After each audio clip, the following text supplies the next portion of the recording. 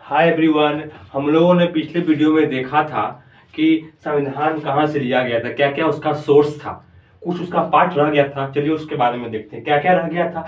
रसिया से क्या लिए थे, फ्रेंच के कॉन्स्टिट्यूशन से क्या लिए थे, साउथ अफ्रीका के कॉन्स्टिट्यूशन से क्या लिए थे, जापान के कॉन्स्टिट्यूशन से क्या लिए थे। हमारा हम लोग जानते हैं कि हमारा संविधान जो है दुनिया का लॉन्गेस्ट एंड लेंथीएस्ट संविधान कॉन्स्टिट्यूशन है। इसको बनाने में लगभग 2 साल 11 महीना 18 दिन लग गए थे। हमारे संविधान निर्माता जो लोग थे वो बहुत सोच समझ के क्या चीज़ अडॉप्ट करना है, क्या चीज़ छोड़ना है, क्या चीज़ अप्लाई करना है, क्या चीज़ अप्लाई नहीं करना है, इस सब चीज़ों के भिन्न भिन्न पहलुओं को बहुत ध्यानपूर्वक देखे थे और उसको अपने संविधान में लाए थे। क्योंकि हमारा देश डाइवर्सिटी से भरा हुआ है, हर एक तरह का लोग रहते हैं, हर एक सोच के लोग रहते हैं, तो इस सबको एक साथ लाना, उसको साथ यूनिटी एंड इंटीग्रिटी बना के रखना हमारे देश के लिए बहुत जरूरी था। इसलिए हमारे संविधान निर्माताओं ने सभी देशों का गहन अध्ययन किया। खासकर भीमराव अम्बेडकर ने सारे हर एक देशों का लगभग कॉन्स्टिट्यूशन को पढ़ा और उससे क्या लेना है क्या नहीं लेना है उसके बारे में सोचा और चर्चा की कॉन्स्टिट्यूएंट असेंबली में। तो चलिए हम लोग देखते हैं क्या क्या किया गया था। सोवियत यूनियन से आइडिया ऑफ जस्टिस लिए थे। अब जस्टिस हम लोग जो प्रियम्बल हम लोग पढ़ते हैं, प्रियम्बल आपने पढ़ा होगा, अगर पढ़ा हो तो देख लीजिएगा।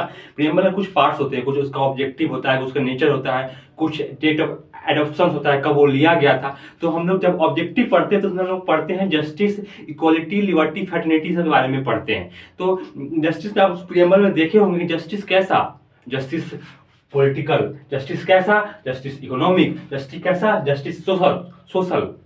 तो जस्टिस कैसा होगा, जस्टिस में भी पॉलिटिकल हो सकता है, इकोनॉमिक हो सकता है, सोशल हो सकता है। ये चीज जो है हमारा सोवियत यूनियन या रसिया, जो अब रसिया पहले था यूएसएसआर, हम लोग जानते हैं यूएसएसआर 1991 में इसका इंटीग्रेशन हो गया था, तो वहां से लिया गया था ये चीज। और क्या लिया गया था, और फंडामेंटल ड्यूटीज लिया गया था। फंडामेंटल ड्यूटीज हम लोग डीपी, एसपी और एफआर के बारे में पिछले वीडियो में पढ़े थे। फंडामेंटल राइट्स के बारे में हम लोग पढ़े थे। फंडामेंटल राइट्स जो होता है वो जस्टिएबल होता है, उसके लिए हम लोग कोर्ट जा सकते हैं, लेकिन डीपी एसपी के केस में हम लोग कोर्ट नहीं जा सकते थे। इसीलिए उसी तरह फंडामेंटल ड्यूटी के केस में भी हम लोग कोर्ट नहीं जा सकते, ये नॉन जस्टिएबल है। हम लोग अगर कोई मौलिक कर्तव्य कोई नहीं करता है या फिर कोई चीज, तो उसके लिए हम लोग कहीं कोर्ट में केस फाइल नहीं कर सकते। It is non justifiable. Understand दोस्तों? यस। और क्या लिया था, इतना ही लिया गया था। और फ्रेंच के कॉन्स्टिट्यूशन से क्या क्या लिया गया था उसको देखते हैं।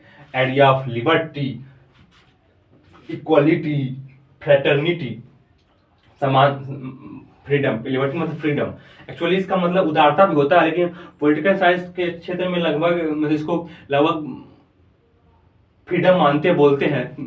फ्रीडम से इसका मीनिंग इसको जोड़ते हैं, फ्रीडम से रिलेटेड। इक्वालिटी, फ्रेटर्निटी, समानता और भ्रातृत्व, भाईचारा, कैसे एक दूसरे में भ्रातृत्व का बोध हो, ब्रदरहुड का बोध हो, इसके बारे में हम लोग जानते हैं। कहाँ से लिया गया था, फ्रेंच कॉन्स्टिट्यूशन से लिया गया था। ये सब प्रियम्बल में अवेलेबल है, प्रियम्बल आपका जरूर देखिएगा घर जाकर।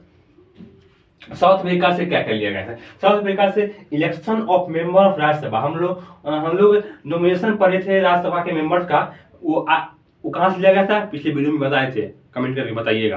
पिछले वीडियो में हम बताए थे कि south nomination of member of Rajya Sabha कहाँ से लिया गया था, वो आयरलैंड से लिया गया था। अभी उसका नॉमिनेशन पड़े थे आयरलैंड से, लेकिन उसका इलेक्शन का जो मेथड है वो कहाँ से, राज्यसभा का, वो कहाँ से, साउथ अफ्रीका कॉन्स्टिट्यूशन से लिया गया। समझ रहे हैं? और क्या लिया गया था, procedure for amendment of constitution. कैसे कैसे अमेंडमेंट प्रोसीड्योर है, किस प्रकार से सिंपल मेजोरिटी, एब्सोल्यूट मेजोरिटी, जो मेथड है, ये प्रोसीड्योर है, कैसे संविधान का संशोधन होगा, वो लिया गया था। वो कहाँ से लिया गया था, साउथ अफ्रीका से लिया गया था। अमेंडमेंट मतलब संशोधन, संविधान का संशोधन का प्रोसीड्योर कहाँ से लिया गया था, साउथ अफ्रीका से लिया गया था। ठीक है। आगे जापान से क्या लिया गया, जापान से प्रोसीड्योर एस्टेब्लिश्ड बाय लॉ लिया गया था जापान से। और एक और चीज है इससे related, due process of law. Maneka Gandhi case में लगभग हम लोग इसके बारे में पढ़ते हैं, 1977 के लगभग जो केस हुआ था, डेटा लोग देखिए, हम लोग हो सकते था उसी के आसपास कोई डेट था, 1977 या 1978 था, ऐसे ही कुछ। आप देख लीजिएगा एक बार, अगर गलत हो तो आप कमेंट में बता दीजिएगा।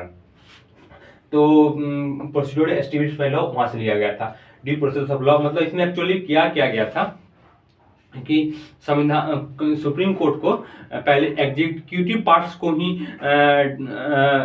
डिसीजन मतलब जुडिशियल रिव्यू करने का अधिकार था, लेकिन इस प्रोसेस में ड्यू प्रोसेस लॉ ला के वो अपने आप को अपना वाइडर अपने आप को थोड़ा खुला छूट दिया, अपने आप को अपना क्षेत्र को जुडिक्शन को वाइडर किया और ड्यू प्रोसेस ऑफ लॉ भी लाया जो अमेरिका से लाया गया था।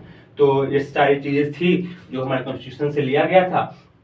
आशा करते हैं कि आप लोग समझ में आएगा और याद करने की कोशिश कीजिएगा। ये सारी चीजें कोई सब कंप्यूटर एग्जाम में डायरेक्ट पूछ लेता है, तो याद करना जरूरी है, कहीं से पूछ ले कहीं भी।